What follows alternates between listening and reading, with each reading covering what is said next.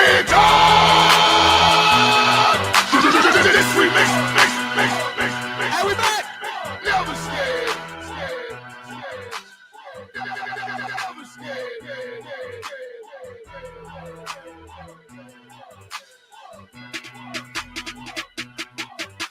It's football time. Once again, it's on. So everybody out of your season, starting to get drawn. And tell them, we ain't never scared. We ain't never scared. We ain't never scared. We ain't never scared. We ain't never scared. We ain't never scared. We ain't never scared. Let's go. Touchdown. It's on. It's an official. Hey, Parlay Pete, I feel like Skip Bayless today.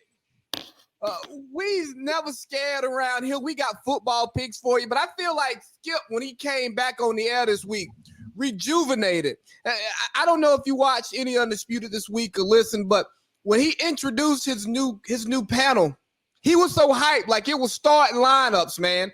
And that's how I feel today, because we got football on while we're podding. We got like 4 games, can't even pick one to watch, and we're a week away from NFL. I can smell it. You can absolutely smell it. I mean, think about it this way. I compare these games today for college football. This is like the bread that they give you for free at the restaurant, right? We've got the bread they're giving us, and it's good bread. This is the good bread. Good bread, good butter, maybe like some Outback bread, something like that, you know? Or just a fancy place that gives you a assorted different types of loaves of bread that you can then dine on for free. They're giving you, your water with lemon, all that other good stuff, right? And then on Saturday, we get the real start of college football. That's your appetizer, right? And then the following Thursday/Sunday/Monday, we finally get dinner. That expensive meal that we had to put a down payment on just to get a reservation to sit down at. That type of dinner. That's what type of dinner we're going to be eating. I know. I like to eat. I like to eat. I like to eat good food, and I think that this year we're going to have some good food on the table. I'm telling you. More specifically, what we're going to be cooking too. Yeah, no, I think I'm going to get compliments when I wear this here this dweeb shirt out in public. Yeah, you mean the dad polo? Yeah. The nice dad dry fit that I don't play golf in. Yeah, that one. Because Arthur Blank doesn't give great gifts to season ticket holders. No, I'm not mad at what he's given though. I like that they're giving us stuff to begin with, because they didn't do this for the longest. They did not give out gifts, and so we might get like some stickers for our computer, bumper stickers and shit like that. But they've given out shirts, hats, the zip ups. You can get a fucking igloo or something, like, you know what I mean? Like, I've got the flags up here in the office that we got, I think, week 1 last year. Yeah. One of those. I don't know what week it was. It was week 1, Saints. We don't always make it to the games before kickoff. Week 1, we got to be there. Yeah, we can't miss kickoff. That just means we really do need to pregame earlier. Like, we need to, because we know we're going to want to sit and kind of listen to what they're talking about on Fox, but we need to be walking out at 12:30. I'm with that. We need to be walking out because we'll be in our seats by kickoff. National anthem ends at 1:03, kickoff 1:05, 1:06. I think we can do that. I think we can too. Light Saturday night is the key. That is the key, honestly. And here's the thing: our game isn't that huge. It's huge in a sense of it's the first game and division opponent, but we're not playing. It wasn't like how the last 2 years. Think about it, we had Philly. And then we had New Orleans. So those are practically Philly's a rival of ours too, to a degree. Yeah. They're one of the few out of division conference rivalries that we faced them a lot in the playoffs. There's the Michael Vick thing. There's a lot, with that. We're birds. And then it's a Philly Atlanta thing, just city thing. And then of course I don't even have to speak about who. And it ain't that. So we get Carolina, kind of a team that we pushed over, but yeah, light Saturday night. That's gonna be the key. Yeah, light Saturday night. But we've got a heavy Thursday night for you, babies. Friday vibes over here, man. We're partying like it's Friday night tonight, and so much to look forward to the season. You know, you got to think about, can Kansas City go back with a receiver room that may be worse than the Falcons? Can the Eagles bounce back to at least what the Falcons did when we lost a devastating Super Bowl where we led most of the game, but got beat by one of the greatest to ever do it? Well, the greatest to ever do it. Yes. The best dynasty in NFL history. I mean, let's call it what it is. It's truth. These are facts at the end of the day. Is the Burrow Mahomes rivalry going to be reignited again in the playoffs? Is Josh Allen? Is Buffalo going to finally get over the top? That is, to me, maybe the biggest burning question of this season, because we do know this is what we do know. They're blowing it up if they don't make it past. They've got to, at a minimum, make it to the AFC Championship game, in my opinion. And if not, it's going to be some people gone. Can McVay get 5 wins out of his scrap of a team? Or are they going to be in the Caleb Williams sweepstakes? Is Arizona going to get sanctioned? Right. What is Anthony Richardson going to do without Jonathan Taylor? Is Aaron Rodgers going to just relax in New York? You know, they're upset with Sterling Shepard and like Aaron Rodgers calling Matt. What has Sterling Shepard done in this league?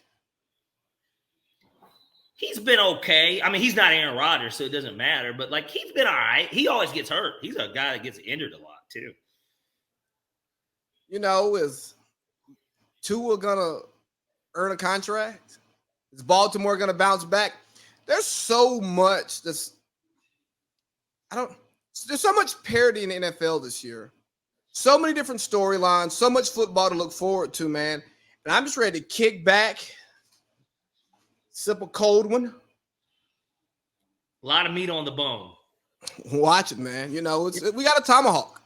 It's a lot of fucking meat on the bone. And this is like, you know, obviously with football coming back, this is just the best time of year. The weather's starting to, well, not here with us, of course. We're still kind of hot. It's getting cooler at night, like 68. I like that type of weather, right? But weather's starting to get a little bit cooler. You know, you start smelling a little basketball right down over yonder, too. In my case, a little bit of hockey coming back. Baseball starts to get real serious around this time. This is the best time of year. It's the most wonderful time. Kids are back in school, so traffic's a little bit worse. But, like, you know, outside of that, I just had a birthday, stuff like that. That was always how I measured, you know, what time of year it is. Once my birthday came and went, I was like, it's getting real. Yeah, man. Nah, it's getting real, and I'm just happy it's here. Like, I've spent all these weekends in Albany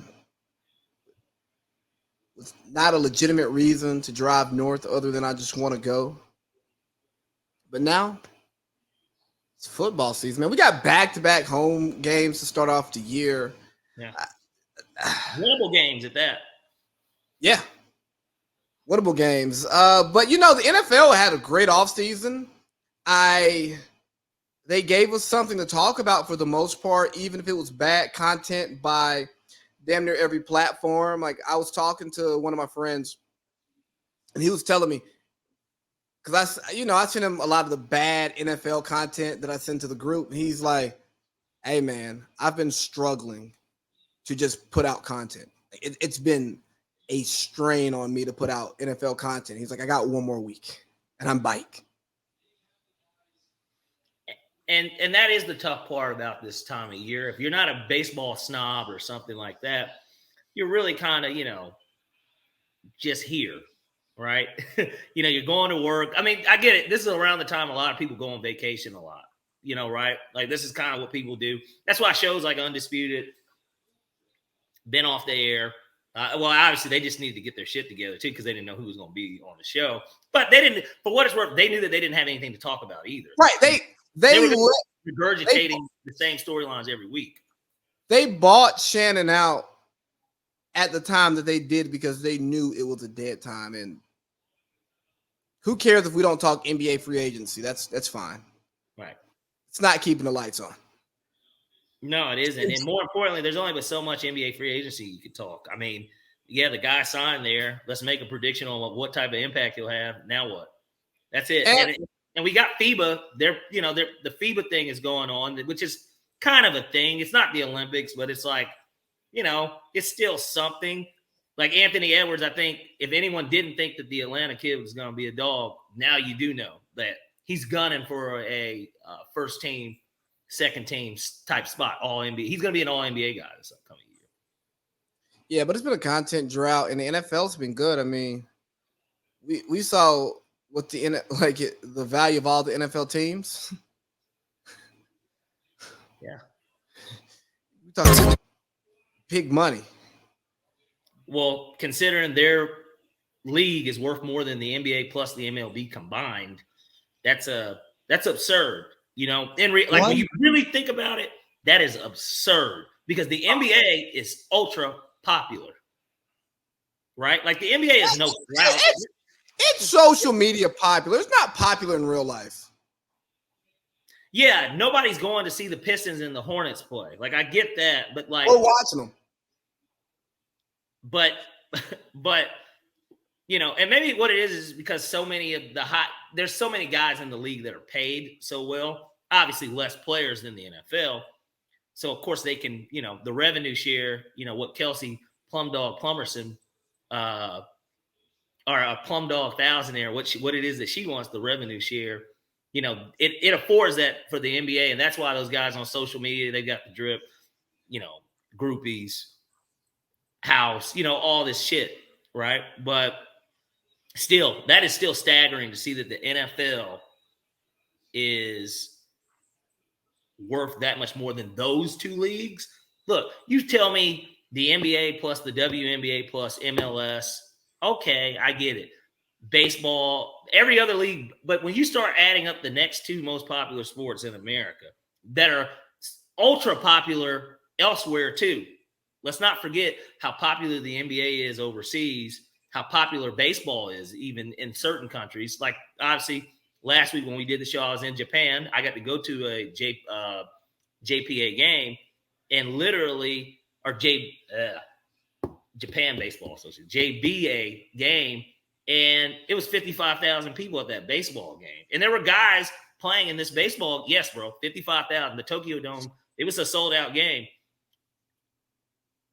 They're popular overseas. There's other sports that are popular overseas like those two, and the NFL doesn't really exist overseas like that. And just the fact that they're worth more than both of them combined, that is insane. That's insane. Well, here's why it works. Because football really only exists in America, right? Culturally, it exists in America. It's an American sport. It has the gladiator aspect to it. We love that. And it's racially diverse, so it appeals to more Americans. It's your team plays once a week, so you're not gonna be, I can just miss that game. You got to wait a whole another week. And the way the contract structure is set up, the team environment of it appeals to blue-collar America. Basketball does not appeal to blue-collar America. Basketball is like when the college kids are asking for student loan forgiveness, and the rest of America's like, bruh, I don't want to hear about your student loan debt. You should have went out and got it out the mud like I did instead of asking for money for something you couldn't afford. Whereas NFL, you don't have a lot of guaranteed contracts. It's team over me. NBA, it's me over team, my brand, not the team. And that turns a lot of people off. Do you blame Michael Jordan for that? Low key. Obviously, with the most infamous thing being Nike paying his fines. I never saw the movie Air, by the way, but obviously I know what the premise is, and we all knew the story that Michael wore the black and red Jordan 1s to say, fuck Converse, basically, fuck Reebok, fuck all these other, these official NBA shoes. I'm going to buck the trend. I'm going to wear these. And it turned into where Nike turned into really more of an individual thing anyways. That's why there's so many athletes on it that made it individual as opposed to a team thing. Well, even just look at Jordan within himself, right? The way Jordan's talked about, the way Jordan's covered, it focuses so much on the individual that is Michael Jordan, not the Chicago Bulls. You can listen to somebody like Skip Bayless say, I was at those games. MJ just would not let his team lose. No, he had a good team. He had good players who knew their role. He had a good coach. He had a good GM. And guess what? When his GM was ready to cut bait and scrap the whole thing and start over, he was right. Now, did it work? No. They never replaced Jordan, Phil, and so on and so forth. But Jerry Krause knew that it was over, and he wanted to keep building it. And the issue that Michael Jordan and Jerry Krause had was Jerry Krause like, hey, dog, it's the Bulls. It's not Michael Jordan and the Bulls. And I think players imitating Michael Jordan, then imitating Kobe, then imitating LeBron. And LeBron, especially with the guy who popularized player empowerment and popularized, we're not a fan of a team, we're a fan of a player. Dog, middle-class America, blue-collar America is like, look at this asshole. He just thinks he can just pick up and leave his job and go get a new one. People don't relate to that because NBA players don't really get cut. Most people can't tell their company that they work at, you know what? Don't really like what you're doing here. Here's what I need from you if you want me to stay. I need this to be my office assistant. I need the people that do security. This is who I want to do the security. I need this at my desk. You're going to do whatever. Basically, I'm your boss now. You're going to do what I say. If you don't. The car service that's reserved for everyone that we have to reserve in advance, take one car out of the fleet. It's my personal car. That's my driver. Yeah. Well, and for what it's worth, I mean, yeah, of course with him, but these have been questions that have been asked. Like, obviously there's the infamous Tim Duncan, and I know we're on a football show, but the infamous Tim Duncan story where he took a meeting with the Magic and then he asked Doc Rivers, can my wife use the private plane with me? Can my family ride on it too? And he said no. He told him, no. And this is before Tim Duncan, for what it's worth, he was good. Of course, he'd already won a title, Rookie of the Year. He was certainly on his way to being who he became, but he wasn't even that Tim Duncan yet. And that turned him off enough to where he stayed in San Antonio, which might have been for the best. We'll never know. But based on the injuries that Grant Hill and T-Mac even though T-Mac was relatively healthy with the Magic, based on that stuff, we'll never know what could have happened. But still, player empowerment. He powered himself in that situation. But think about this. That should have been enough for the rest of the NBA to say, you know what, Doc don't get it. Hey, well, he would have never got his chance to win his title if that was the case. But yes, in general, throughout he won Coach of the Year with the Magic. They overachieved for what's worth. Darryl Armstrong running point with Tracy McGrady. Yeah, no, they overachieved. Bro, these were the guys that were on the Magic at the time. But think about it. Patrick Ewing, nigga. You know what I mean? I got it. Grant was dealing with his injuries. Let's just write Grant out of this. Yeah. T-Mac, Timmy. Early 2000s. The thought would have been certainly Shaq Kobe. That's the matchup. You know what I mean? In terms of duos in the league, that was the duo you could argue was better. But, and especially in a weak Eastern Conference at the time, which was, the Nets went and the Sixers went, and that span of when the Lakers went, we could have got some Magic Lakers. The Disney NBA Finals is what they would have called it. And then they could have crowned a world champion, a NBA champion.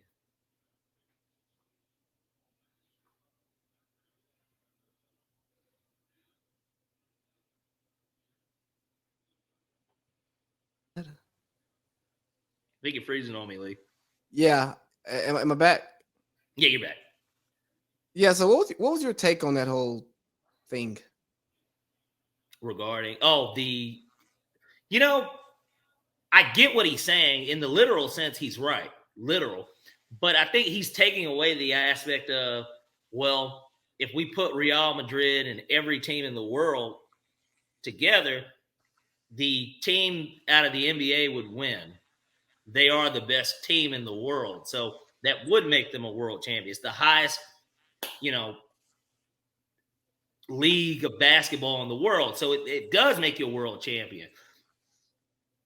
But I also understand everybody is so sensitive and there's so many different semantics to this stuff to where, yes, the politically correct way of crowning them would be to say that they're the NBA champion. And because they're winning a league, they're not winning the world, as opposed to when there is FIBA and the Olympics and stuff like that, where you can crown a country as the best team in the world.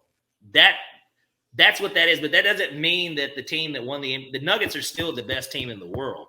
They are the best assembled team in the world currently, because there isn't a team in Europe that can beat them in reality. We know this because they're in it's a different league. It's not the same league. There's a reason why that's the highest rated league in the world. I think that what he said was unnecessary. And it's a podcast conversation that requires nuance and debate. Not I just won my gold medal. Let me get up here and talk.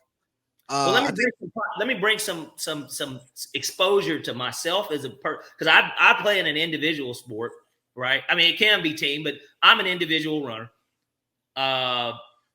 Let me bring some notoriety to me, a little clout, because it's gonna ruffle somebody's feathers. It'll bring that to me, and it'll bring attention to what it is that we do, because there's not too many people that are really watching track and field. Let's keep it 100. Unless Usain Bolt was running or something. And even then, nobody's paying attention to Usain Bolt until the Olympics either. So I think that Drake got it right. I thought what Drake said was corny by him just saying it publicly, but Drake got it right. It sounded better in the mirror than it came out, essentially. I think the NBA players are super sensitive. Yeah. And I don't think they should have cared about that. Because, again, the dude was right, technically. Yeah. If we're playing semantics and we're going to go make the most politically correct way of saying it, he's absolutely right. And I also think that we have, it's happening during the FIBA World Championship. So, NBA players, hey, there's a world champion that's about to be crowned in basketball, and they are the world champion. But it's not a hill worth dying on, and it's football season. So, let's talk some ball. Yeah, let's talk some ball. But I just want to close out with this.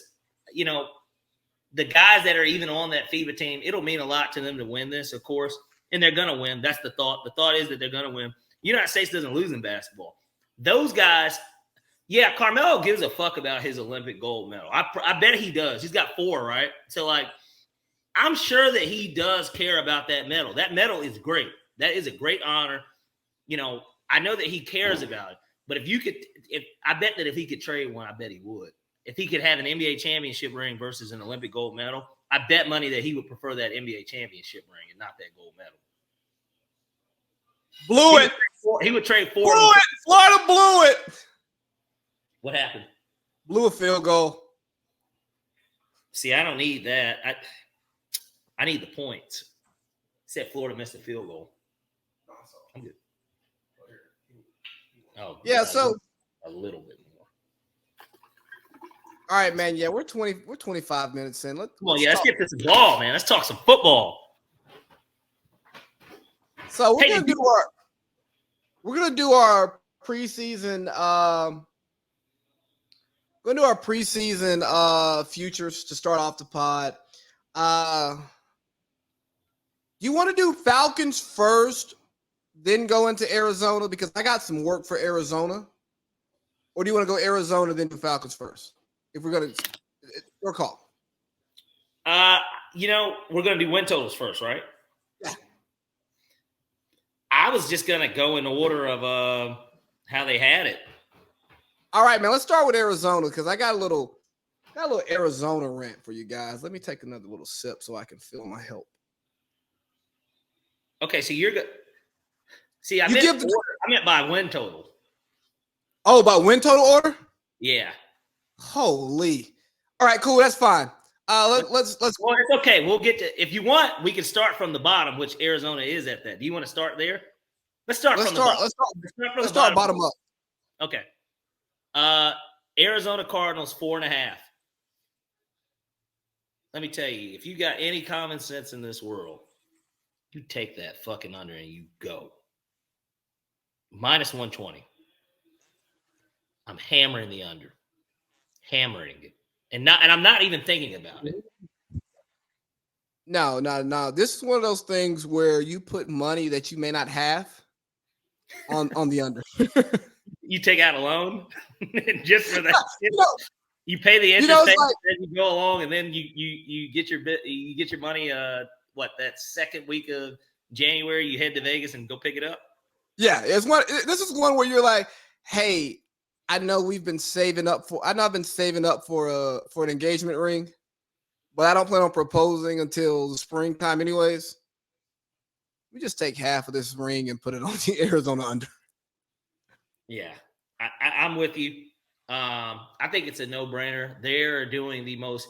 It's funny because we know when teams are going to be bad, and they kind of set themselves up to be bad. Can you recall a time where a team tanked before the season started? We've seen it with Philly, right? When they put Nate Sudfeld in, they took Jalen Hurts out.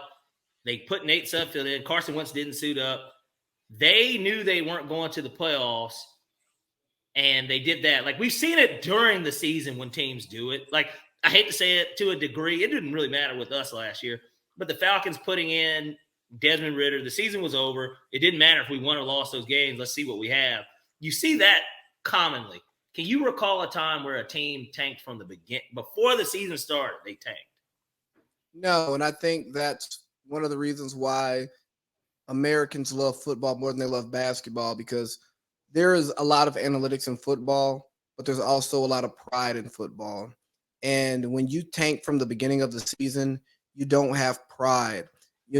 Whatever comes with this tank job, it may come with Caleb Williams, but Arizona will not see success. Michael Bidwell should sell the team because all he's doing is raking in cash. He's not producing a winner. He doesn't have any type of culture. He doesn't have any type of integrity at all. You see the stuff that just came out about the burner phone while he was suspended, or while Steve Keim was suspended, right? All of these different issues that are coming up around this program. And I get it. With Colt McCoy as your starting quarterback, you're probably not going to win any games or many games. But Colt McCoy is a competent backup professional quarterback. He is a professional quarterback, right? Now you got Josh Dobbs, who hasn't played back-to-back games since he was at Tennessee 10 years ago. You got a rookie who hasn't taken an NFL snap as your backup. You shipped out Isaiah Simmons, who honestly hadn't done much for you, for a seventh rounder. Buda Baker's probably next. You gave Hopkins away for a jock strap and a hand warmer. Like, they should lose their first round pick. Like, they should do an internal investigation, because they should not have a first round pick. If fans are going to pay their money to consume this product, if the TV networks are going to pay to put them on local TV because they're not getting any national games, if the players got to go out there and risk their health, their lives, all of this stuff for an organization who does not want to win from day one, you should be penalized for that. You should not be rewarded with a great prospect coming out. It's one thing if you have a bad roster because you had bad GMs, you've had bad cap management, and you put out the best product that you can, and it's not good. And then you realize halfway through the season, you know what? Let's trade away our good players for draft picks so then we can retool and make our team better. But when you are actively from day one not trying to be a good team, you don't deserve to be rewarded. You know what's scary about their situation? 2 years ago, so not last season, but the season before last, The Arizona Cardinals were the last undefeated team in the NFL, and they started 8-0. They started 8-0. And now, in our case, we're predicting them to, obviously we're taking the under, but man, we don't really see a game. No. We don't know what game they're going to win. Like what on their schedule, who can they beat? who are they going to beat with that roster? They get the Commanders to kick it off. And I think that's one of their more likely. I got them beating Houston in week 11. And that might be the one where they finally get it done. They're probably 0-9 or 0-10. I don't know if their bye week is before them, but like you're struggling to look for it. And I want to know what Vegas sees, because Vegas has them. They're not favored in any game this season, according to Vegas, but they have their MGM has them at 4.5. And I just think that number, and this was updated as of August 20th. So this was, basically last Sunday. So I think it's 3.5 now. Let me see. MGM, I'm on Bet MGM, and they still have it. It says current 4.5. Now, like I said, this is also just August 20th. But this is the official MGM website. That's disgusting. Hell, fuck it, 3.5. I mean, what difference does that one more game truly make in a situation where you can't find, but on your end you can't find but one game? I mean, I can't find any. So now this is still the NFL. Those guys do still have pride. They have guys that are okay players. It's not like they're that bad. It's just we know the quarterback situation is so bad. It's a brand new coach who, the first clip of him at the team facility, we see him walking up to his best defensive player and, making rocket/paper airplane sounds. Fume, fume, fume. It's like explosive shocks. That's you. And as soon as everybody saw that, they're like, damn, they're not going to win a game this year, because that's the type of talk that your coach is giving your best defensive player when he meets him for the first time at the facility. It's not, hey, Buddha. Coach Gannon, nice to meet you. Right. I'm looking forward to working with you, man. Let's get to work. I'm ready to work. Like, let's get to work. We're going to be building something special here. No, it's Utah touchdown. I love it. But that's we don't have to spend much more time talking about these guys. They're going to be the worst team in the NFL, and I'm willing to I wish that they had a bet on it that they have the worst record in the league, because I'm curious as to what the odds would be on that. I would love to take it. I'd bet my mortgage on that too. They should have gave old Hugh Jackson a call down at Grambling and said, Hugh, we got a job for you.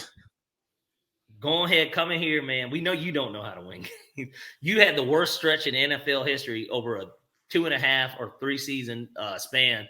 I saw a YouTube video on it. They had the numbers up. It was like 3-36-1 or something like that was like his record. I don't think it's going to ever get any worse than that in a 3-year span. But let's move on from it. So you're going under, right? We're both going under. Who's next? Next, we have a 6-way tie when it comes to the over-under win total.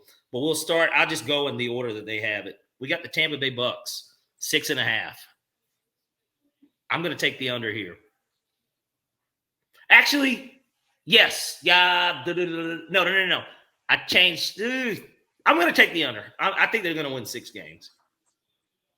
But they're teetering to where they could get 7. I think that there's enough talent there. And I think that Baker isn't just the fucking worst player in the world. I don't think of him as bad as everybody else does. But he's just the worst starting quarterback in the world. Yeah, he would make for a really good backup.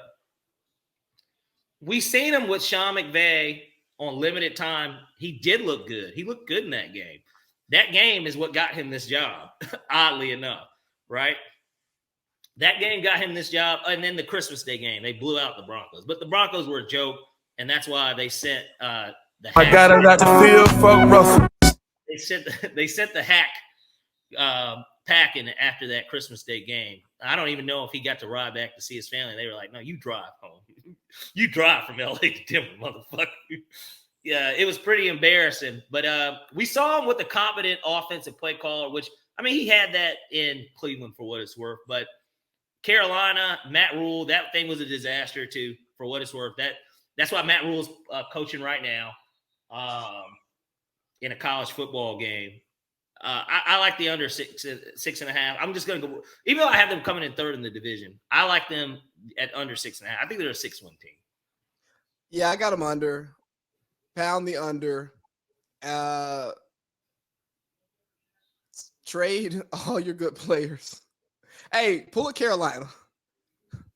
And unfortunately, I think what's going to happen with the Tampa Bay Bucs season is that this will be the last that we see of Todd Bowles and Baker Mayfield. Yeah, Todd Bowles probably doesn't get another head coaching job. That's for sure.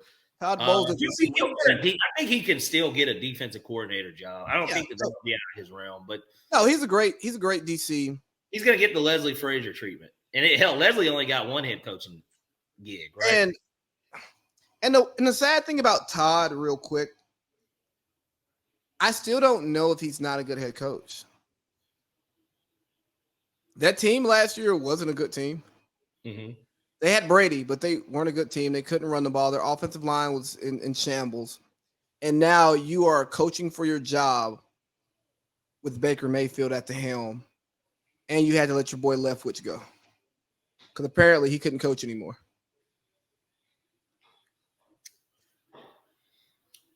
And how true is it? Like, I don't know where Byron Leftwich is now. Like, I'm looking it up right now. A quarterback coaching job. Did he sit out? Because now this will be, 2 years in a row that he would be out if he doesn't have a job. I mean, is he a quality control offensive assistant or something? Like, I'm not seeing any job for Byron Leftwich right now.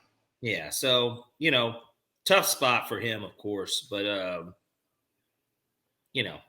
I'm sure he's made plenty of money. But, I think Brady, in a weird way, people can say what they want to say. Brady could have saved his job if he really wanted him there. And I get it. Brady's like, no, I'm hands off. It's not my decision. Which it isn't. Brady's a liar. By title, it's not.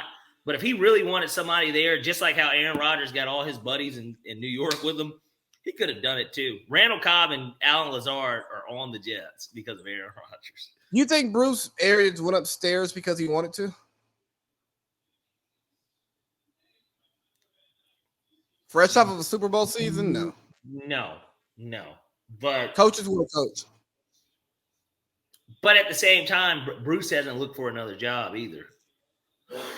So there could be some validity to him being burnt out. And he is older. Like, Bruce Arians isn't a spring chicken. So, I mean, there could be some validity to it. Regardless, Urban Meyer's still working.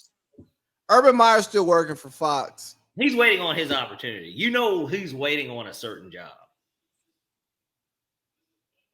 Who, like Texas after Sark fucking shits the bed again?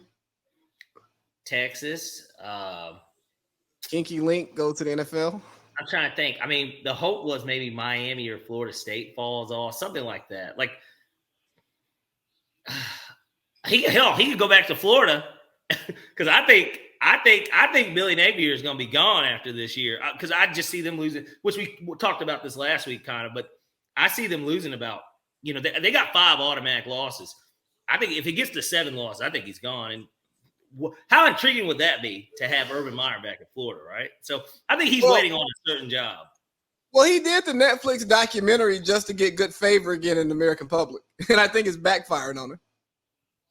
Because I just think the doc sucked because they didn't tell the story, and we were all looking forward to them talking about this team that's got all these different storylines, and they only focused on 3 of them. Tim Tebow, Urban Meyer, and the hoorah-rahness of the locker room, but didn't deal with anything else. It was nothing else in that doc. But either way, you can tell based on participation in the doc how solid it was. Don't get me wrong, I enjoyed it, but I don't think it was good. I thought it was good. It's like eating McDonald's. I still enjoy a cheeseburger from McDonald's, but I don't think it's good. Next team.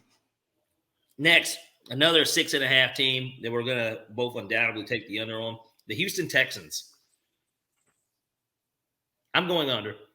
I think that they're going to build something better than what they've had, but I'm going to go under 6.5. Really, if it was 5.5, I would have taken it even low. I think that they're a 4 or 5 win team tops. And lucky them, they're in a division where they can steal a couple games. But I like the under. I think they're going to be a competitive team. D'Amico's going to have them playing hard. They're just not good, and they got a rookie quarterback who's learning how to play under center, and his receivers will never be as good as they were in college. I'm not even talking about in comparison to the talent that he's playing against. He will never have a receiving core as good as he had at Ohio State. And I think that's going to take him some time to learn and figure out. So, yeah, we'll take the under. Who's next? Knock on wood if you're with me, right? Speaking of knock on wood if you're with me, we got the Las Vegas Raiders. 6.5 as well. They're an interesting team because with Jimmy G, it's all about his health. If he's fully healthy, I like them to still come in last place in that division, but I like them to win 7 games. They won 6 last year. I think Jimmy, for what it's worth, if he's healthy, I think that Jimmy actually is an upgrade over Derek Carr if he's healthy because he's proven to win more. So to me, he's an upgrade. He knows the system. We know he knows the system. So there's not going to really be that big of a learning curve with Jimmy G, there because of McDaniels. And he's got a bona fide one, a stud. Devontae Adams is a top 3 wide receiver in the NFL. So don't be shocked if he's on the trade block after week 4. It's going to be all about his health. So I'm going to guess, honestly, that he's not going to be healthy, that he's going to miss some games, and that O'Connell's going to end up getting in the game. Oh, wow. That Aiden O'Connell's going to get some snaps this year, and more than just some snaps, that he's going to play in some games. So I'm going to take the under. I'm going to take under 6.5. I think that they're going to win about 6 games. I'm not going to give them any analysis. Under. And Josh McDaniels and my mans in Tampa will be fighting for first coach fired. That's one that we need to look up too if they already have those odds up. But okay. Next, we got the Los Angeles Rams at 6.5 as well. I'm going to take the under here too. It's kind of crazy. Vegas has got this thing figured out to a degree because we have taken the under on every single team so far, and I think that trend is going to continue on. I don't have much to say about them. They announced today that Cooper Kupp is day-to-day with a hamstring injury. We know that hamstrings linger, and he's their best offensive player. And if he's down, there's just nothing that the offense can do. It doesn't matter how good of a coach Sean McVay is. His quarterback's arm's cooked. They're going to – another swift decline. I like under 6.5. I think they'll get about 6 wins too. You know what? The Rams did what they were supposed to do. Go all in. Fuck those picks, right? Yeah, win it. Try to run it back. And go home from Vegas with enough money to get a Kit Kat before you board your flight. You might. Hopefully, you have enough money even for that. I mean, you can get a Kit Kat. They're only selling the king size in there, and those are going to be about $7.99 at the airport at McLaren's airport. Look, I've been there. Look, we'll move on to the next team. Another 6.5. The Commanders, Washington Commanders. Interesting team in reality. And here's why. There are people that are honestly believers in Sam Howell. And Sam Howell, to me, I know what he was at North Carolina when he had talent, they were good. They were really good. They were a 10-win team. Mac Brown, competent coach. I think Ron Rivera is a competent coach. I don't. Yeah, I think he's competent. Heard what he said this week. Look, let's not forget, he won that division. He's won the NFCs. He's won the NFC South. You heard what he said this week about about Sam and not playing him. Yeah, he wished that he had started him earlier. And it's like, well, if you're the head coach, you should have. It's your choice. Well, and he knew that the rumblings about Carson Wentz, some people question why they even brought Carson Wentz in to begin with. But, then there's Heineke, our backup currently, who I thought deserved first right of refusal at the starting job to begin with last year because of what he had done in the past with them. And he's just been such a plucky player, I remember when they came to Mercedes-Benz and they beat us, and it was his first career win, and it's crazy. It's probably a great full circle moment for him. But, as a Georgia boy, and I remember being at that game and talking a lot of cash money shit to Commanders fans, sending them home packing. Like, hey, dog, go ahead and get up out of here so you can catch your flight on time because I know you got to go to work in the morning. You couldn't take off. Hey, I tell you what, if anything, obviously he gained my respect with the effort he put up against Brady the COVID year, but he gained my respect after that game. I thought he looked good against us. He was making – that's a product of how bad our defense was too. So let me tell you a Sam Howell quote that I listened to today. I was listening to the Greenlight podcast, Chris Long's joint. He had Kevin Clark on there. Mm-hmm. And he was like, my biggest takeaway from Commanders camp was Sam Howell's just not good. He's just not good. And for somebody to go on a podcast and say that's their biggest takeaway from camp, not, hey, Chase Young was flying around. He looks like he's going to be healthy, even though he's going to be out with stingers. That D-line room, great D-line room. Eric Bieniemy is not as bad as they said he is. He's getting the boys ready to go. Offensively, he's like, nah, my biggest takeaway is Sam Howell's not good. Yeah, I don't know. I am under, but it's not an under that I'm betting. Because I could see, because they have good weapons, they have a good pass rush. They know what? Games. You know what? Their coach is competent. Yeah, he's competent. That's what I'm saying. Now, I didn't say he was a great coach. I think he's a competent coach. So he won't lose you a football game, if that makes any sense. And Eric Bieniemy is a top-flight offensive coordinator. He's an upgrade over whoever was the OC. And, Andy Reid came out and defended Bieniemy this week. Golly, let me reference another podcast again that makes more money than us. So he was on a podcast this week, and I listened to it, and he talked about – he was like, I hadn't called plays before I got the Philly job. Like, yeah, I helped out, but I didn't call plays before I was a head coach. When I was in Green Bay, the Walrus called plays. Yeah, I'm like Holmgren. I didn't call it. His brother from another mother, almost, kind of. They do. I mean, they kind of fucking look alike a little bit. I mean, but I tell you what, I'm going to take the over. I'm going to say that they get to 7. And the reason I am is because I cannot see myself taking every single 6.5 team under. Because the next team that I'm going to go to, have you given us, you taking the over or the under? Under. Okay. Because the next team is the last. Hey, Dale. 1 second. Hey, Dale, I know you listen. Take command. Take command. It's pretty soon. It's going to be a new slogan because they're going to change the name of the team again. Hell, they're going to have more name changes than they do playoff wins in the last 30 years. But the next and final team with the 6.5 win total is the Indianapolis Colts. And so I'm going to hammer the under here for 2 reasons.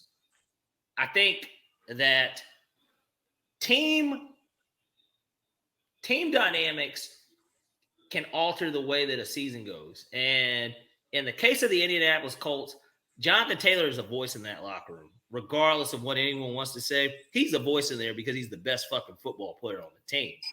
So, second best. To Darius Leonard or Mike, the O-lineman, Quentin Nelson? Sure. Even though that unit was one of the worst in the league last year, but although nobody's following the guard. That too. Jonathan Taylor. That too. I'm going to take the under because Jonathan Taylor's out the first 4 games. Not that it really would have mattered if he played or not. They've got a new head coach themselves. Anthony Richardson is a guy that we think should not have been drafted as high as he was drafted. I expect him to have to shoulder a lot of that load, and he's going to have to do it with his feet. One thing, I think we should be watching Anthony Richardson right now. Not the young man wearing number 15 for Florida today. Yes, agreed. I agree with that. Outside of that, because they have so much going on in that organization, I don't have much to say about it. I like the under. I don't think that they're going to win 7 games. So it's pretty simple for me. They're just not going to win 7 games. Yeah, so I have them at the under. I don't really want to talk about the team too much, but I do want to speak to their running back. Jonathan Taylor, Mr. I Know My Worth. Is this the cut for Josh Holsey? Yeah. Okay. This is for Josh Holsey, right? We've had conversations about Jonathan Taylor in our group, and I've been big on why would I pay you? Why would I pay you a year early off of an injury? You're not present for training camp because you're injured. You're starting the season on PUP because you're injured. You want to trade, and you want to get paid early. Guess what, man? I can franchise you next year, or I can actually give you a contract once you hit free agency. Go test the market. Bring us back an offer. Either way, I can franchise you. So, like, bro, you're not going anywhere if I don't want you to. And I think too often fans like Joshua Holsey want teams to look out what's best for the player, not what's best for the team. You're trying to get a win-win-win deal here, in the words of Michael Scott. But that's not how it always works. And at the end of the day, if I'm running the team, I'm doing what's best for the team. All right. Fresh in the offseason, you said, hey, I'm going to play out my contract. I don't want to renegotiate. Yeah. Fire your agent, get a new agent. You change your tune. Well, dog, you changed your mind after publicly saying you were going to play it out. Well, what do you want us to do? Oh, because you changed your mind, we're supposed to change our stance. And Chris Ballard had to quote this week, dog, we won 4 games last year. So you weren't good. We weren't good. What leverage do you have? Now, after his rushing title is 1,800-yard season, if he wants to say, hey, man, hey, I want a new deal. I want it early. Rip it up. I want a new deal now. We won game. We didn't win as many games as we would have liked to, but we won some decent games. We showed some promise. You know, we were 1 game away from the playoffs, but our quarterback was terrible.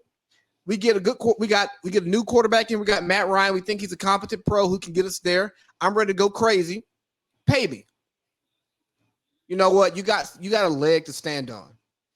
And then if you decide you want to hold in or hold out, they're not trotting Matt Ryan out there without a run game. Well, guess what they end up doing? Trotting Matt Ryan out there without a run game because you were hurt and you weren't good. Without a run game? But we got to blame the O-line too. That O-line was supposed to be a top 5 unit in the league, and they were a top 5 unit in the league. We can blame the O-line for him not having a good season, but guess what? The O-line's not asking for new contracts. He is. He's not a free agent. He's asking for a new contract. Like Parlay Pete, that would be like somebody who missed 3 days at work in 1 week. You say, you know what? Hey, this is your last straw. I'm going to give you a second chance. Calls out, whether it's legitimate or not, calls out, and they come to you and say, hey, I don't like what they're paying me over here. Can you move me to this company that pays more? No. You can keep what you got because you're on your last strike. Yeah. Come to me in a year. Prove to me that you are what you were the quarter before. Because right now, the taste in my mouth is Robitussin. It's not laws. You know what I mean? Yeah. So when you negotiate late into the offseason, You don't show up to camp. You're not showing that you're a team player. And you had a bad season? Hey, dog, line up and play. Yeah, I just,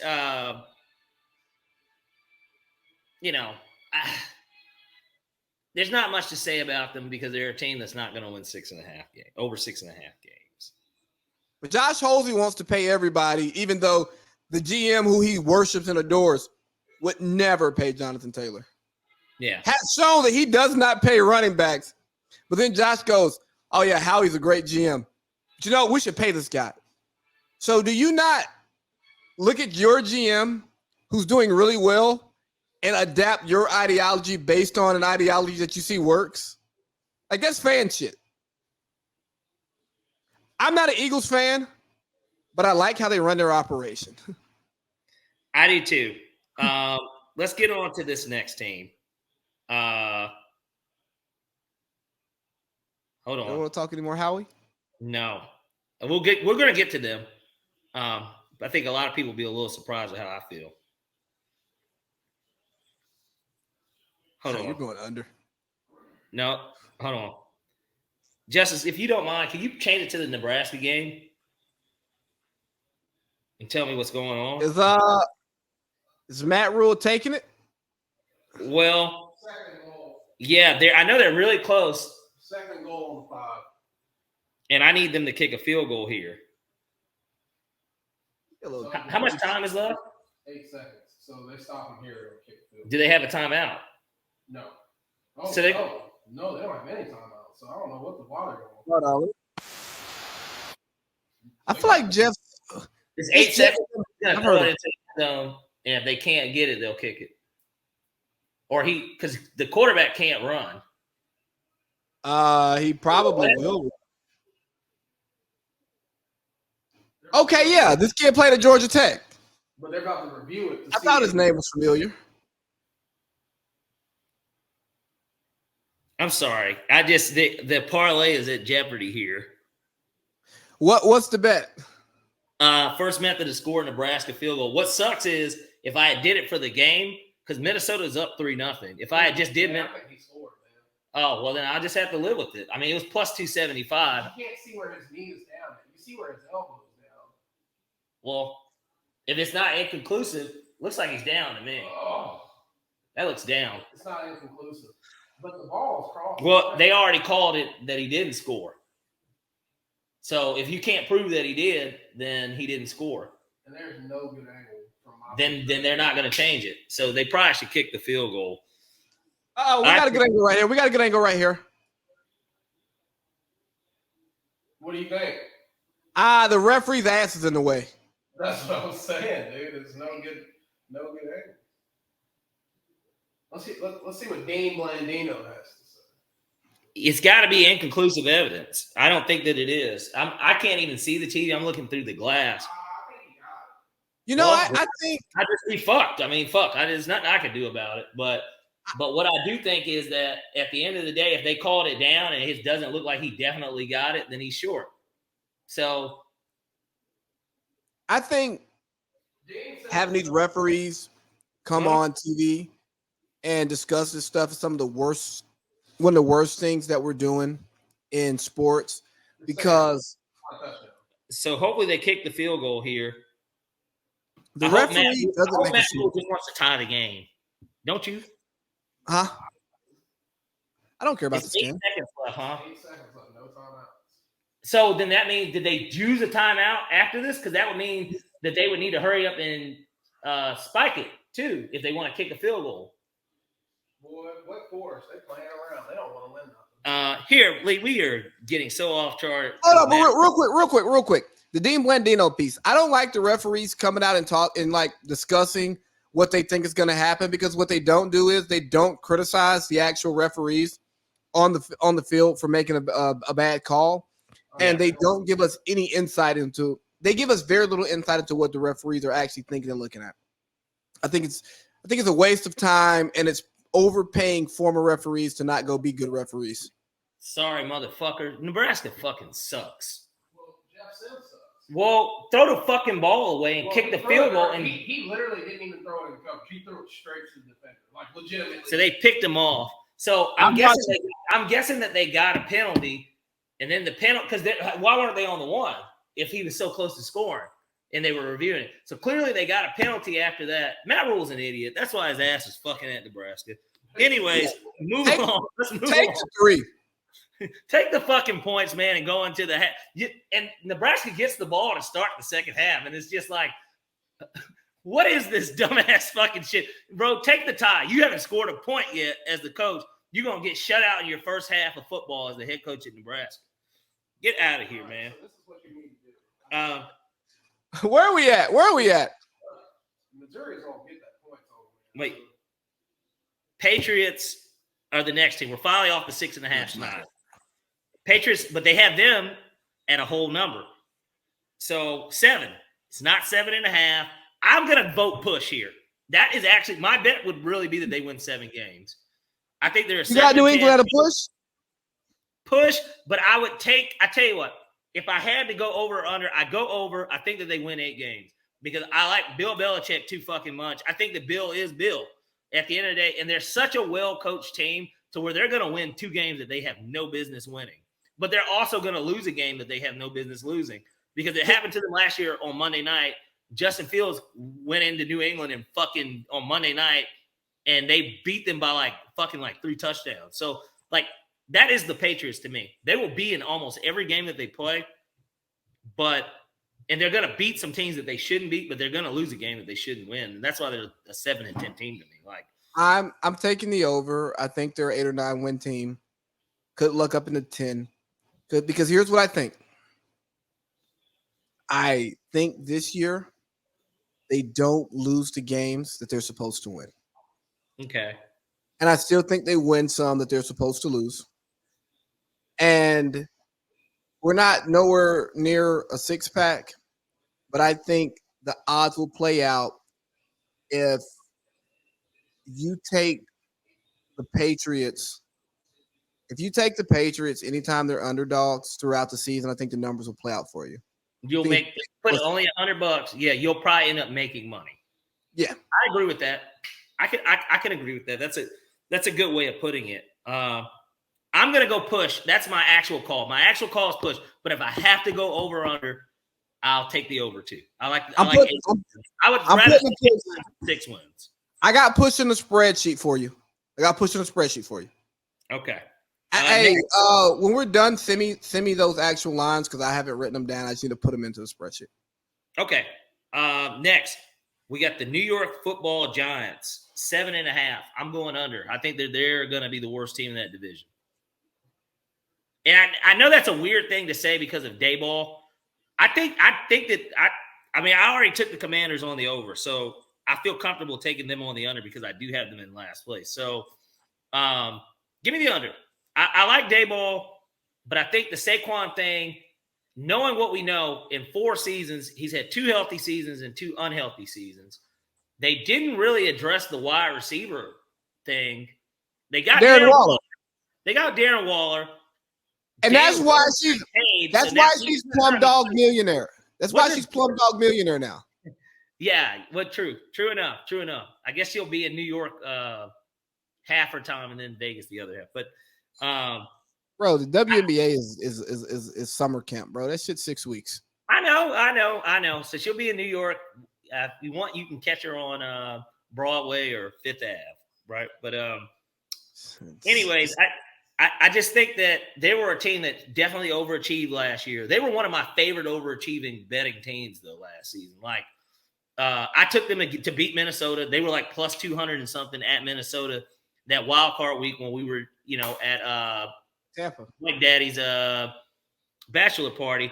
I loved them. I had loved them in that game. I don't know what made me love them so much. It wasn't even the Kirk Cousins thing. It felt like a game that they should win. And I remember they played on Christmas Eve, and I watched them. Those 2 teams played on Christmas Eve, and they only beat them by 3. So it was just kind of like, well, A, they could hang with them, but then B, they're a well-coached team too. And so I like them to go under 7.5, though, to be completely honest. I just don't see them winning some of the games that they did win last year. And I think that with the injury history of the running back and disgruntledness of him and his contract to begin with. I know they gave him the extra $1 million or whatever. No, they gave him the extra $1 million in incentives that he's never hit in his entire career. So guess what? You're not going to get your incentives. Exactly. And so I don't like them. I think that they have a lot of good players at certain positions, and that's it. They're pretty average all the way around. They're well coached. I like Dayball. They're well coached, but ultimately, with the Jets overshadowing them in the same stadium and in the same city, it just feels like a letdown year, and it doesn't feel like a year where they build on what they got last year. Now, granted, they also won, 9 games last season, but it just feels like they won't win 9 games again, and I'm just going to have to go with the under. I think that they're about a 7-win team, though. Yeah, I have everybody being about a 7-win team this season. I calculated them out as a 7-win team, and I'm going to trust my 7 and go with the under. Daniel Jones only had 5 picks last year. I don't think he replicates that. Saquon Barkley was healthy. I don't think he replicates that. Darren Waller is amazing. I don't know if he's going to be healthy. They're playing a more difficult schedule. Mm-hmm. So I think that matters. And the team may be a better team this year, but I just don't think they win as many games. And if you want to hang your hat, like Cowherd did this whole thing, right? He said, think about Daniel Jones. He said, think about the Giants. Great young offensive coach, quarterback who doesn't turn the ball over. Good running back, good running game. That's the Rams with Jared Goff and McVay. Yeah. He's like good. He's like, good D lineman. All that sounds good. But Daniel Jones fumbles and throws picks. And I'm not going to take one season of Daniel Jones not throwing picks and one fully healthy season of Saquon Barkley and say, you know what? That's who they are now. And I'm confident and I'm willing to back them to win, X amount of games. Give me the under. Next team. I err on the side of precaution as well with that. Next, we got a division foe, the Carolina Panthers, 7.5. We're hammering the under here. They're going to be in last place in our division. And it's not because I don't believe in Bryce Young. I think that Bryce Young is the real deal to a degree. And they actually added nice pieces around him. Like Miles Sanders isn't a great running back. He's an okay running back, in my opinion. He shined a lot more last season because of just how great the offense was. They got Adam Thielen, and who's the other wide receiver down there? Not DJ Moore. It's not DJ Moore. Did they get charged?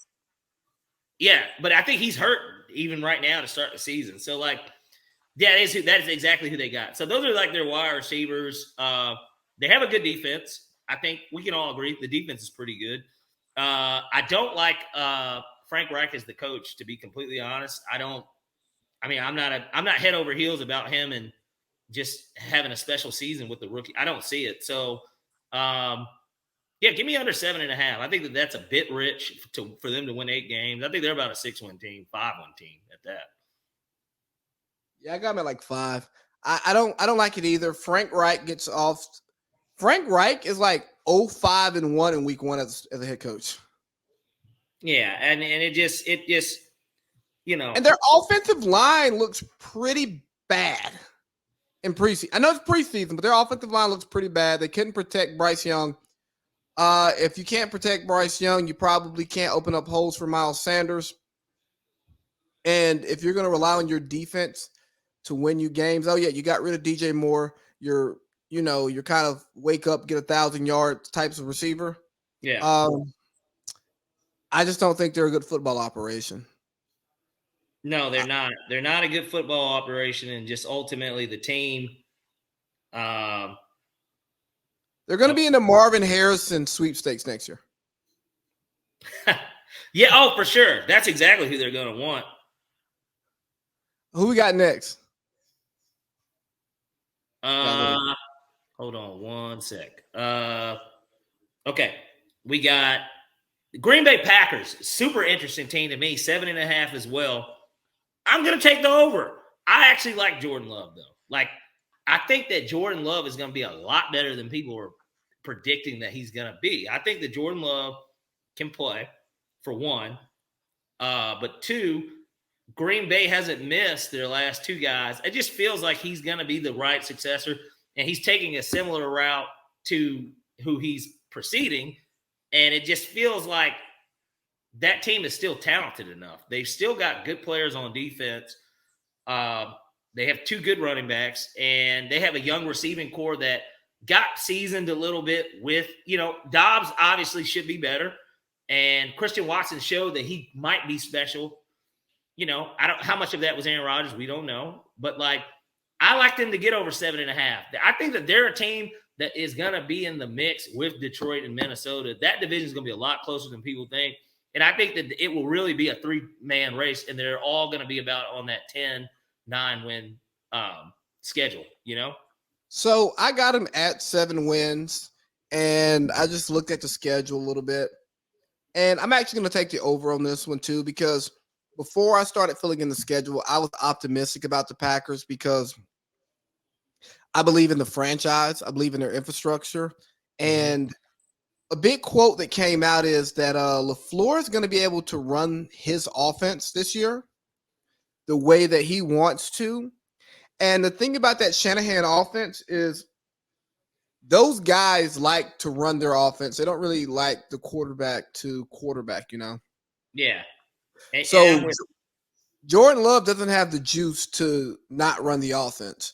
So if LaFleur is as good as the media says that he is, I don't think he is. I think he's probably top 5 most overrated coaches in the league. Really? But yeah, I'm not a LaFleur guy. He went that bad. He kicked the field goal against Brady in the NFC Championship. Dumb decision. Go for it. But anyways, but I believe in the offensive system. And Jordan Love didn't go in the first round for no reason. He hasn't played enough football for us to have a real opinion on who he is as an NFL quarterback. So I got him at 7. I can see him getting an 8 win. So I'm going to go out on a limb here. I'm going to take the over for the podcast, but I'm not going to go to Vegas and bet it. Who we got next? Gotcha. Next on the list, we've got another 7.5 win team, the Tennessee Titans. I'm going to go ahead and take they're a well-coached team too. And, Derrick Henry, I think that this is when people think a guy like him starts to fall off. He's 29-30. So this is about when – and he's a running back too, right? He got his contract, and this is actually the last year of that contract. So he kind of has to play well. He's somebody, of course, like for me, depending on where I draft in fantasy, he's somebody that I'm willing to take if he falls A, to the early second round, or B, late first round. I believe in Derrick Henry still. He had a great year last year. They just have a bad quarterback situation. Tannehill, he knows that he's on the way out. They're well coached. The defense isn't great. I'm going to go ahead and take the over just because of how bad that division is. That they'll be able to get some games just because of that alone. Hey man, we're on the same page. I believe in Vrabel. Period. Yeah. Who's next? Next we have the Chicago Bears at 7.5. Give me the under. I'm running up to the counter and I'm telling them, take my money and I'll be back in January. Okay. 7.5 is such a rich number for a 3-win team that in reality will improve. They're going to be better than their 3 wins, but my goodness, 5 wins better. If they're 5 wins better, then they must be a playoff team. That's the last place team in that division.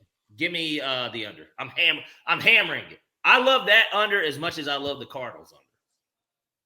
And I like Justin Fields. I want the Atlanta nigga to do well. I really do. How much do you love Urban Meyer right now on TV talking about the Colorado and TCU game? I can't see so it's funny as it sounds, there's 2 TVs in the room that I'm in right now, and I got nothing. But Herb's on Fox. What's he spewing? Herb, Is he talking I about don't his know. life? Is he promoting it more? I don't have the volume It's not. on. So We got Irvin. You got Mark Ingram in the middle seat. any Reggie Bush sightings? No. He probably said, I'm going straight to TCU. I'm not going to this nonsense game. Me, Matt Leinart, Joel Klatt, Brady Quinn, we don't do this stuff. Herb, he's got to get some good favor. You know, he's trying to take people's jobs. But no, give me Chicago on the over. Really?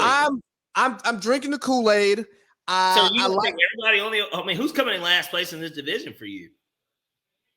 You just took the Packers over. You're not. You said that you're not betting it in Vegas, but I mean, who the fuck's gonna lose games in the division? I have the Packers as a 7-win team, but I'm going to take the over anyways. Right? Give or take a game. It's similar to me to where 10 wins is what wins the division. 11. So I have Chicago at 9 wins. I have Detroit at 9 wins. And I have Minnesota at 7 wins. Okay. Wow. Big shocker. That's a big shocker. Do you think? Well, we're going to get to them.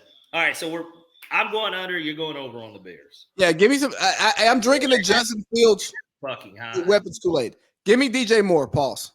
Too fucking high. Next, now we get up to the 8.5. Now it gets interesting. We get to the teams that are more so your playoff contenders, in my opinion. 8.5. We got the Denver Broncos, 8.5. Oh! I got a lot to feel for Russell.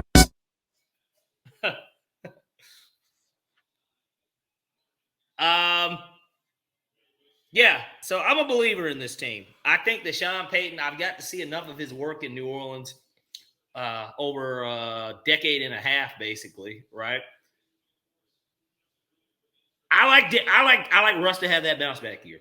I like him to have the bounce back year. I like Sean Payton putting in his type of culture. I don't think that he just took any job. I think that was a job that he wanted. And I think he wanted it for a reason. Russell Wilson was the reason. The defense was a top 5. For what it's worth, that defense was really a top 5 defense.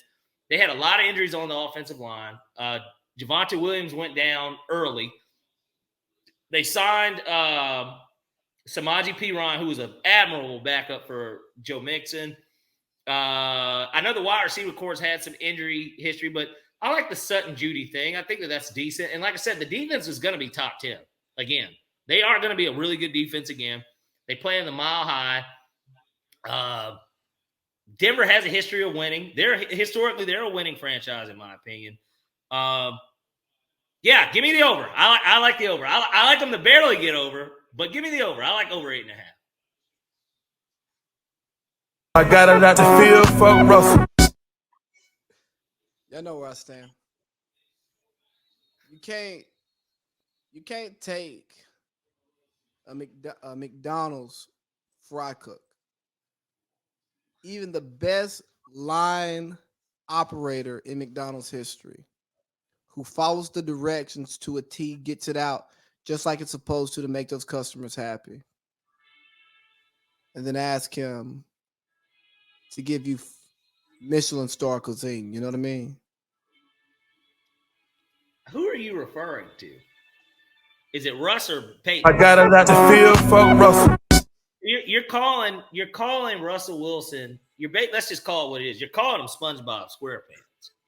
That's what you're saying. You're saying that's the nigga that's serving up Krusty Krab, Krabby Patties, kelp fries and shit. Like the nigga that's making Mr. Krabs all the money. That's what you're saying Russ is. He's a line cook. Yeah. I'm disappointed that you're comparing Russell Wilson to a line cook. Now his play. They're paying his ass like he's Emeril Lagasse. All right, that's what he's getting. He looks like Bobby fucking Flay on payroll. So and he's feeding us like Kevo down the street at McDonald's.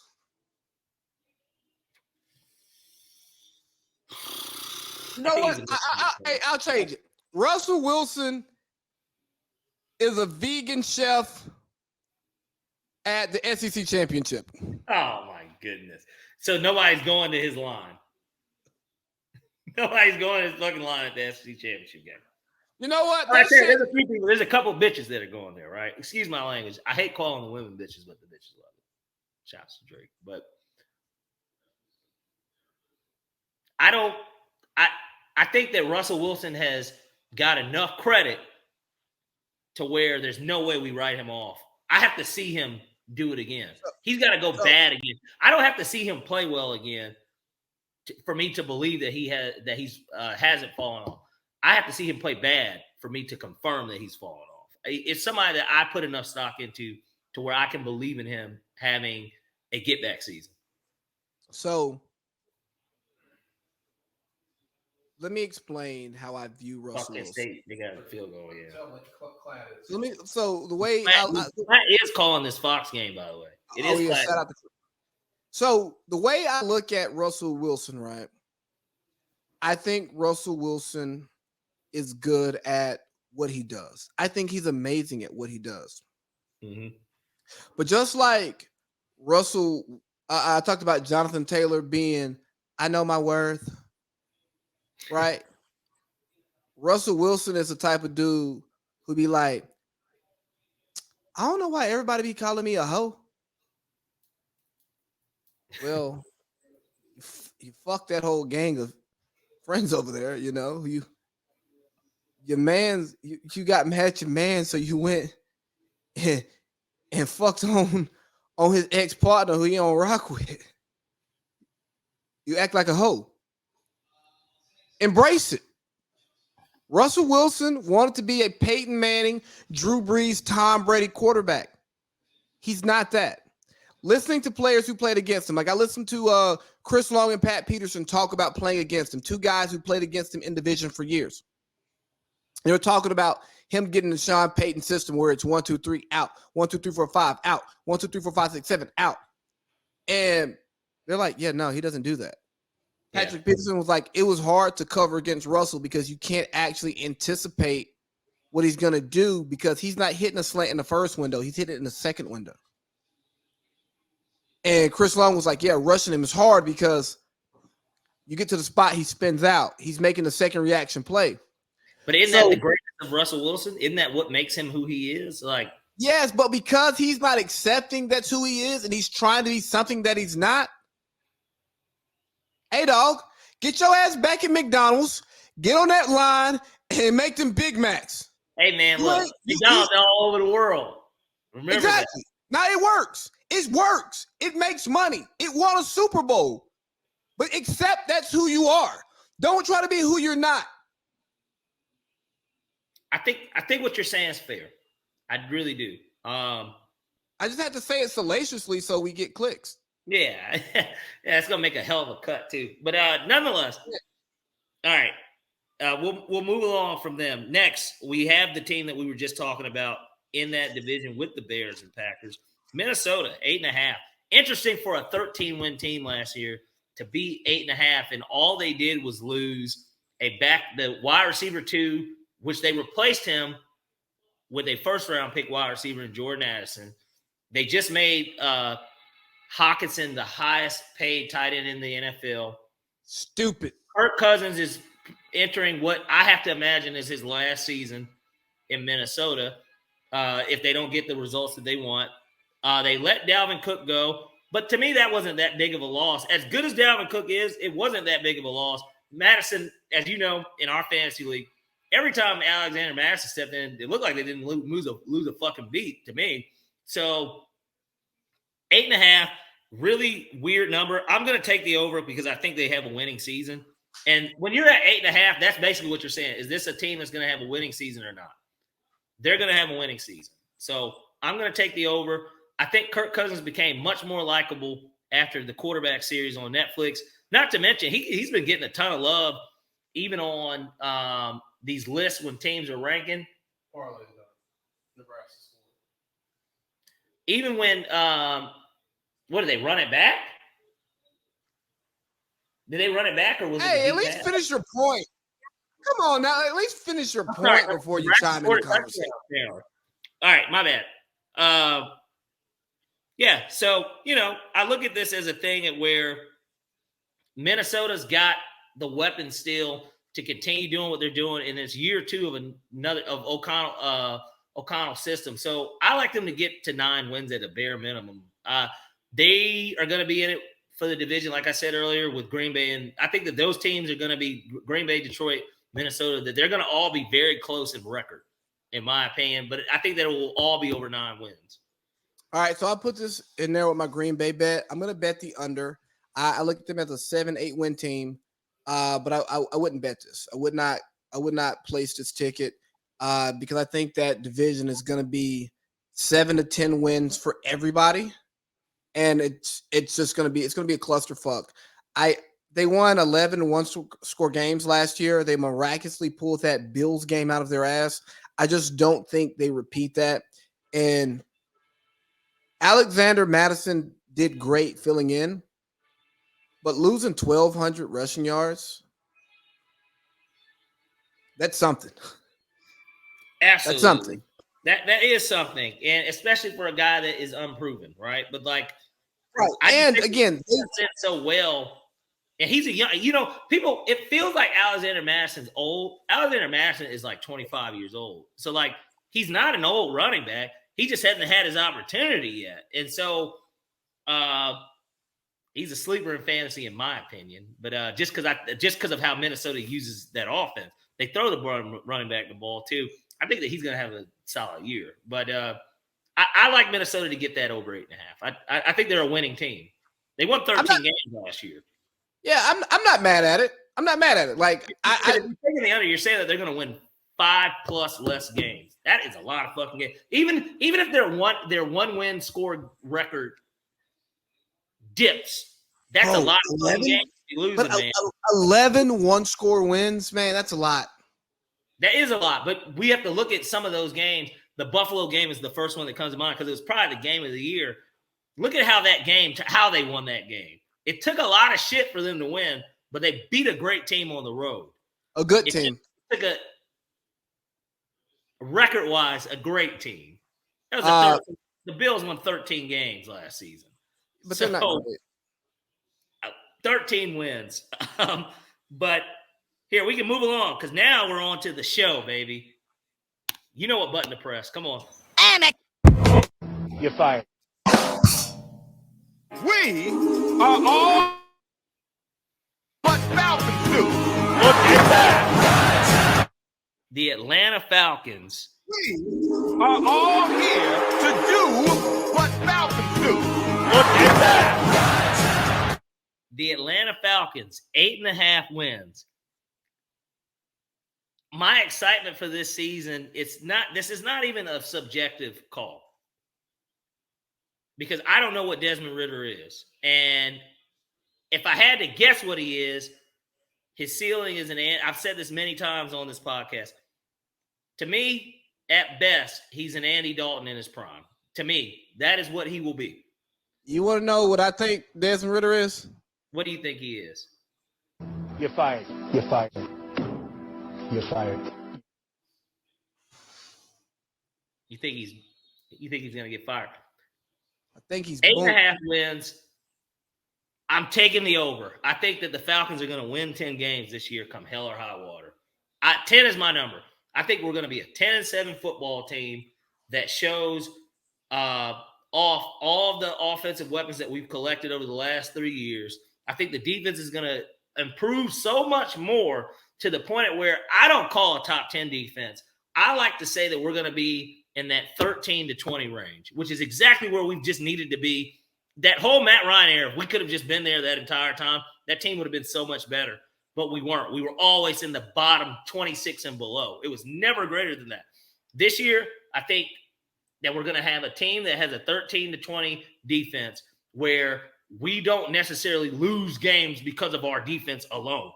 It will be the offense that fucks games up if we're going to lose, because we're going to be taking the air out of the ball. We're going to run the ball. Everybody knows we're going to run the piss out of the ball. We're going to control game clock. We're going to get leads early, and we're not going to relinquish them. We're going to do the complete opposite of what it is that we've had. I like 10-7, which I think is going to win that division. I like 10-7. I like us at 10-7. I have us at 10-7. Here's what I think about us. We're gonna run the piss out of the ball. We are playing NBA on turf. We are playing positionless football. Yep. We talked about it before on this podcast. You're going to look in that huddle. You're going to see Jonnu. You're going to see Kyle Pitts. You're going to see Bijan Robinson. You're going to see Drake London. You're going to see CP. And you're going to – well, what formation are they lining up in?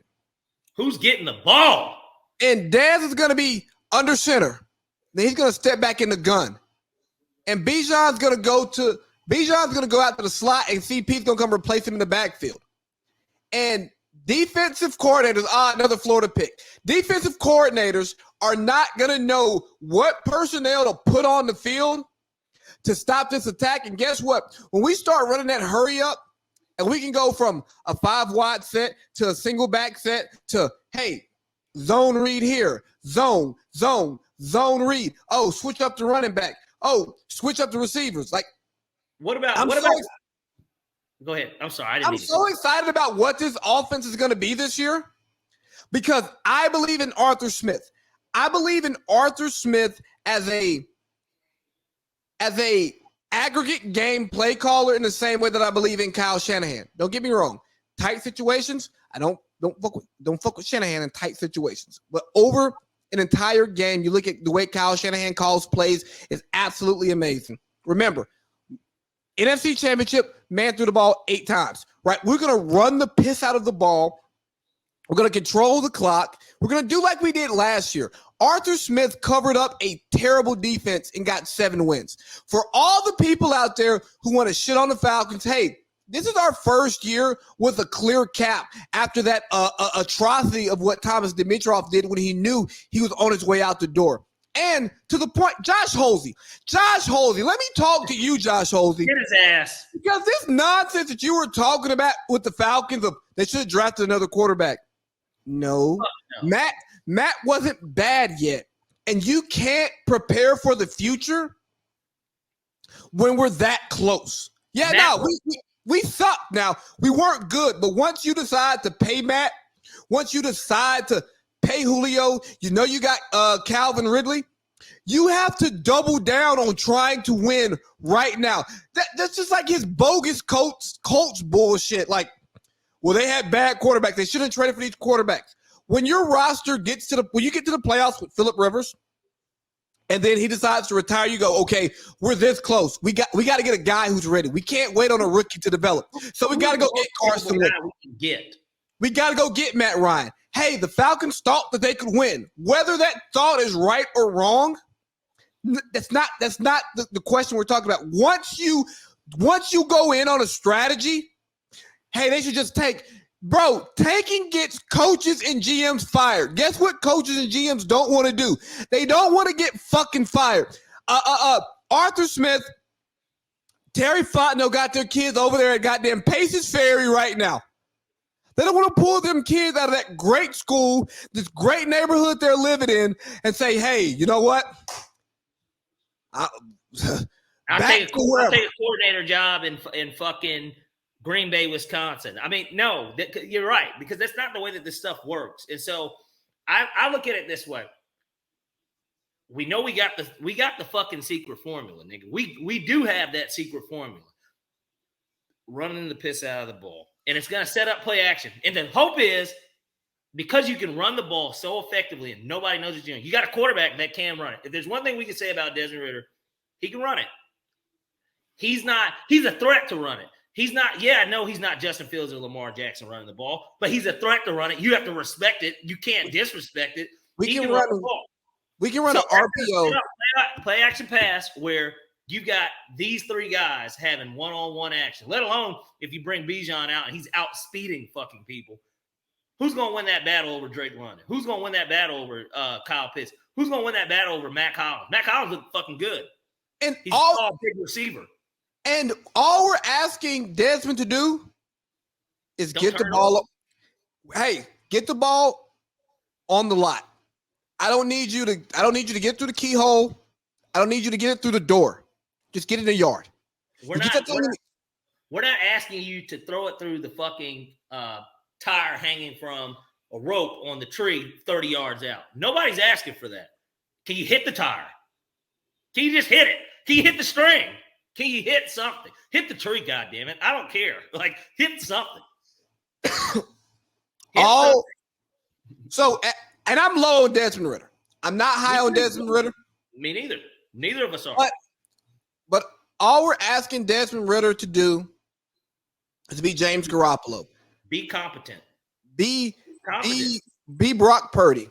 Be Mac Jones. Here's all we need you to do is run the offense, hand the ball off, make the right read. If it's not there, scramble if you can. If you can't scramble, throw it away.